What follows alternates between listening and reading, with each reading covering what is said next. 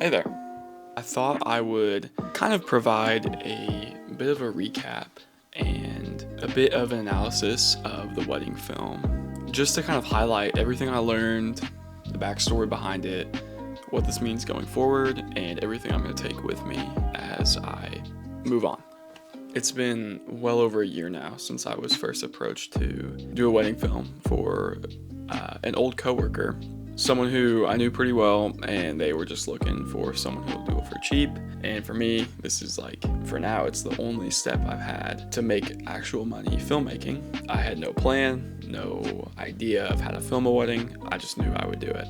So I thought I would just take a moment and kind of look over some of the things I've learned, things that might be of use to anyone else filming a wedding, figure out a plan going forward because I have another wedding in July, and just see the most important things that I'm going to need to do as I go forward.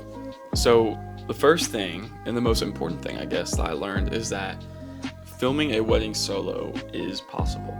It is not some crazy daunting task that only professionals can do. Anyone who is willing to take the time and anyone who can use a camera can do it.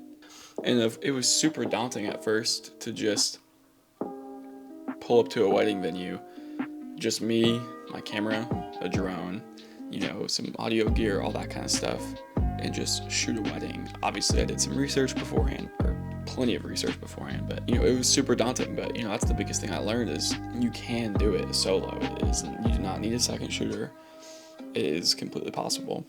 I think I had this conception going into it that I needed this super fancy camera gear. I needed this audio setup that was just monumental, and that stuff is not necessary. I did this whole wedding on a rented FX30 and these little Rode mics, which kind of gets into my next point, which is that the gear is not everything. The FX30 is a great camera, but it is not the best wedding filming camera. It's just the one that I could afford to rent on lensrentals.com. So that's what I did.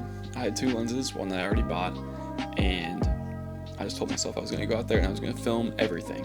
Kind of to that point, I definitely had a mentality of over filming, which I think is a good mentality to have. Filming as much as possible, B-roll, shots of people, A-roll, all that kind of stuff. But there are certain shots that you just cannot miss. There's the things that they ask you to film, things that they ask specifically that you capture. And, obviously that lined up pretty well with what I already had intended to film, like with the most priority. Things like the bridal party first look, the father's first look, the vows, of course, and the first kiss, the whole ceremony, really. Those are things you just cannot afford to miss. And in those moments, you learn that the camera must be on and it must be on them. I wasn't sitting there thinking about, the depth of field on the camera or, the precise audio levels of the mics, or the camera is on them, the shot looks okay, and the audio is on. Everything else falls to the wayside when the most important day of these people's lives is going on, you know what I'm saying? And kind of speaking of the ceremony, it was a pretty dark ceremony, so definitely figuring out how to learn to film in darker environments like that is going to be hugely important. The FX30 can do so much. It has great low light.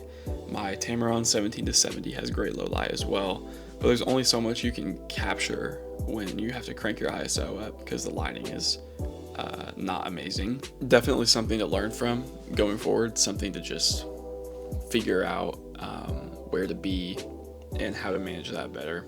Kind of going back to audio though, one of the things I learned as well is these mics need to have lavaliers. I had the groom mic'd up during the ceremony, just kind of under his lapel, and that worked fine. The audio is still pretty good and I'm pretty pleased with that. But the night before the wedding, I had a mishap with one of the mics. This came with a transmitter and then two transmitters and one receiver, and one of them died. It came dead. I just hadn't realized it yet. So I was going into this wedding with one mic. Obviously that's a bad deal, but it was, figure it out time. The point I'm getting at with all this is that lavaliers, like actual wires running up through underneath the lapel of the groom and the officiant as well, is going to be a must-have for this next wedding. The one I'm filming in July will not be like this last one, where the groom and the bride are doing blind vows, with a corner between them. They'll be face to face. So, fortunately, I'll have the groom and the officiant right there, so the bride's vows will be captured pretty well. But it's going to be with a lav, not just this attached underneath their lapels. I just don't trust it as much. I'd rather have that wire running up to be more discreet. Another thing, kind of on a different point with my actual filmmaking, technique on the day, is I realized as I was editing that I didn't have a ton of depth in some of my shots.